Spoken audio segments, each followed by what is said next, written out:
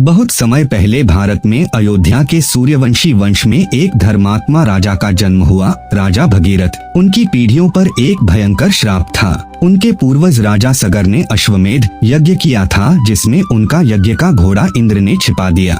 सगर के 60,000 पुत्र घोड़े की खोज करते करते पाताल लोक पहुंच गए और उन्होंने भगवान शिव की कृपा से तपस्या में बैठे कपिल मुनि को दोषी समझ लिया। उनके द्वारा अचानक साधना भंग होने से एक ज्वाला प्रकट हुई और वे सभी भस्म हो गए। उनकी आत्माएं मुक्त नहीं हो पा रही थीं। उनका उद्धार तभी संभव था जब गंगा स्वर्ग से धरती पर आकर उनकी अस्थियों को स्पर्श करे। भगीरथ ने निश्चय किया, मैं हर हाल में गंगा माता को पृथ्वी पर लाऊंगा और अपने पूर्वजों का उद्धार करूंगा।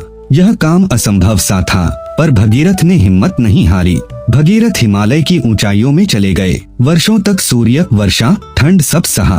अंत में ब्रह्मा जी प्रसन्न हुए और उनके सामने प्रकट हुए। ब्रह्मा जी बोले, गंगा को पृथ्वी पर लाना संभव है, पर ध्यान रहे, गंगा का वेग इतना प्रचंड है कि पृथ्वी फट जाएगी। कोई उसे संभालने वाला चाहिए। भगीरथ ने पूछा, कौन संभाल सकता है माता गंगा को? ब्रह्मा जी ने कहा, भगवान शिव ही उस प्रचंड वेग को रोक सकते हैं।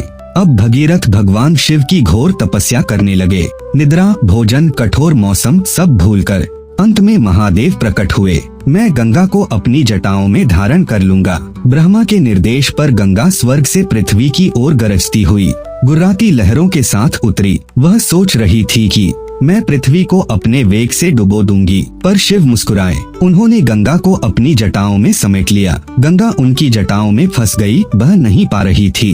भगीरथ एक बार फिर प्रार्थना करने लगे।